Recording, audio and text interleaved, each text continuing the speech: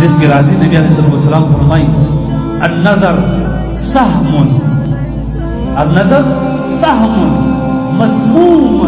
من سهام ابلیس. بد نظری کول دا یو په زهر باندې ککړ په زهر لړل سوی غشی دی د ابلیس د غش څخه دی که دې وایو باندې وکړي ولاړې ته ورسي لکه څرنګه چې په چا کې د زهر غش ومشي د هغه کس بیا بچاوېدل دغه بد نظري چې دې وکړله د ګناه څخه بیا بچاوېدل امکان سهم مسموم یو په زهر باندې لړل سوی ککړ سوی غشی دی د ابلیس غشی دی د شیطان غشی دی ما د دشمن غشی دی د دشمن غشی دی که دې په ځان کې ولګوي دې اثرات ځي بدن دې دمر کوي روحاني جسد دې وژني روحاني زندگی دې خرابوي د الله څخه دې لرې کوي د الله سره دې تعلق راش کوي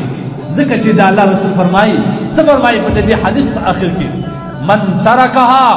من مخافتی ابدلته ایمانا یجد حلاوته. سبحان الله عجیب نعمت دی. وایي چا چې دغه بد نظري دغه بد نگاهي دغه نامحرمو ته کتل دغه د سترګو زنا که د الله د خوف نه یو چا کنټرول کړل د حدیث د الله رسول وایي ما د الله جل جلاله سره نقل کړی دی دې د حدیث قدسي وایي چې نبی علیه الصلوة والسلام د الله جل جلاله څخه روایت کوي کنه وایي الله ما ته وایي که زما بنده زما د خوف نه زما د ویرې نه زما د هیبت نه دغه نظر یې کنټرول کړي الله جل جلاله وایي زه به درته داسې ایمان نصیب کړم داسې ایمان به نصیب کړم چې د دغه ایمان خوند خوږوالی به دی په زړه کې محسوسوي. دا دعا به همیشه صحابه وکولې الله موږ ته د ایمان خوند را نصیب کړه حلاوت د ایمان را نصیب کړه. موږ تاسې مؤمنان یو دا نه چې موږ مؤمنان یو مسلمانان هم یو مؤمنان هم یو ایماندار هم یو لیکن د ایمان خوند دا عظیم نعمت څخه موږ بې برخې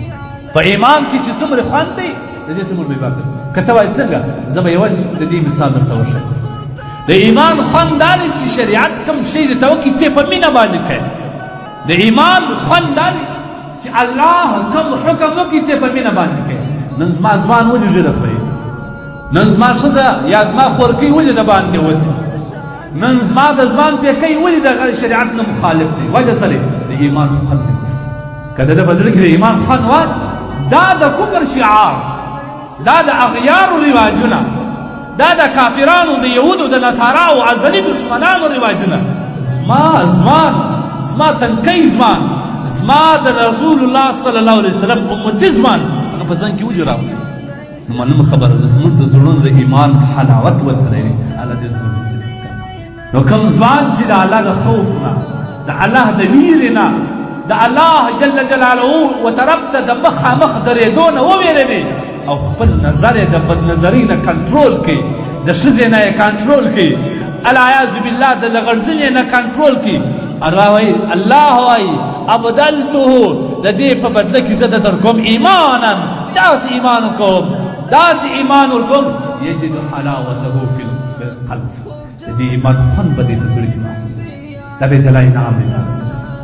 دا د الله جل جلاله یو عظیم انعام دی دا گناه څخه ډېر کوشش کوي ځان مولانا اشرف علي تھانوي رحم الله لیکي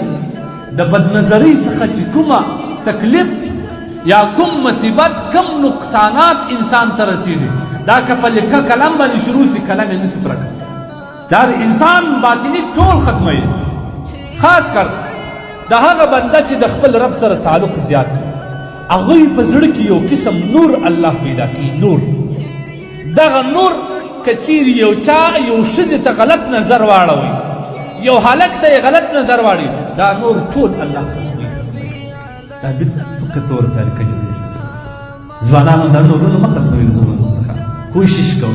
کوشش کوئ خپل نظرونه کنټرول کړئ ځکه چې دا یو ډېر خطرناک مرض دی ما من مسلم ينظر إلى محاسن امرأة ثم يغض بصره إلا أحدث الله له عبادة يجد حلاوته. الله رسول فرمایي د مسلم شریف روایت دی هر هغه مسلمان ورو ما من مسلم ار مسلمان کی کسمن ژړی کتو ژړی کسای میزان ای نبی علیہ السلام د ښځې ښایست یې په سترګه باندې شو فورا یې د الله د خوف څخه هغه ښایست پرې شوی نظر یې راکنټرول کیدای شي کله کله داسې پېښه وشي سړی بازار کې روان دی یو زنانه مخ ته راغله هغه یو ډېر حسینه ښایسته زنانه ده ده چې دا سترګه د هغې ښایست ته ور واړول فورا یې د الله د خوف د الله د ویرې نه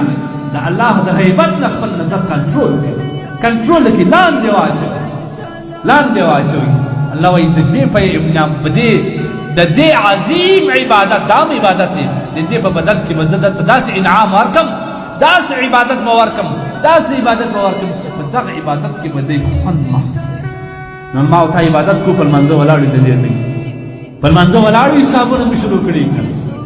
په لمانځه ولاړې دورې لرې لرې سفرونه چې ما او تا په شپو شپو نسو رسېدلی په یوه لمانځه کې موږ مسأله تکلیفي کارونه مې هم کړي ولې ایمان خوند نشته